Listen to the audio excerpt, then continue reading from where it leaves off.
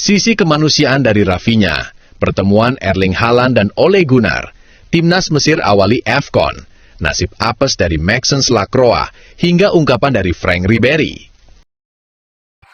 I'm gonna love you.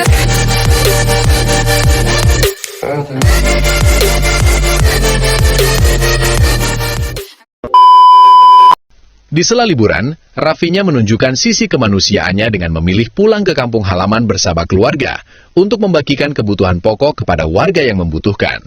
Sikap ini kembali menegaskan bahwa kontribusinya tidak hanya terlihat di lapangan, tetapi juga di luar sepak bola. Sehingga wajar jika publik terus memberinya pujian atas konsistensi karakter dan kepeduliannya. Kedekatan Noah Lang dengan David Neres membuat momen juara Piala Super Italia Napoli terasa lebih bermakna. Lang secara terbuka membagikan foto Neres dan menyentil Carlo Ancelotti agar sang winger kembali dipanggil ke timnas Brazil. Terlebih setelah performa gemilangnya bersama Napoli di bawah Antonio Conte, termasuk 2 gol di final yang mengantarkan gelar juara, serta statusnya sebagai pemain kunci sejak musim 2024-2025. Aksi sosial juga datang dari Jay Ides yang menyerahkan jersey kandang Sassuolo miliknya untuk dilelang demi membantu korban bencana Sumatera. Nilai jersey tersebut semakin tinggi karena diberikan langsung, berasal dari Italia dan ditandatangani, menjadikannya simbol solidaritas bahwa sepak bola bisa menjadi jembatan nyata untuk saling membantu sesama. Pertemuan Erling Haaland dengan Ole Gunnar Solskjaer mendadak menggemparkan media sosial.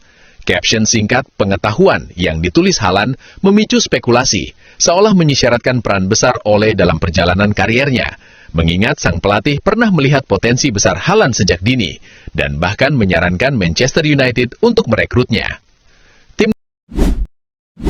Timnas Mesir mengawali perjalanan AFCON dengan kemenangan dramatis 2-1 atas Zimbabwe, setelah sempat tertinggal lebih dulu.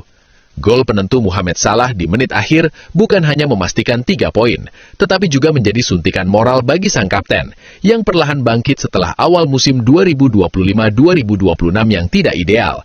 Ditandai pula dengan kebiasaannya kembali mengapresiasi rekan setim lewat unggahan bersama Omar Marmoush.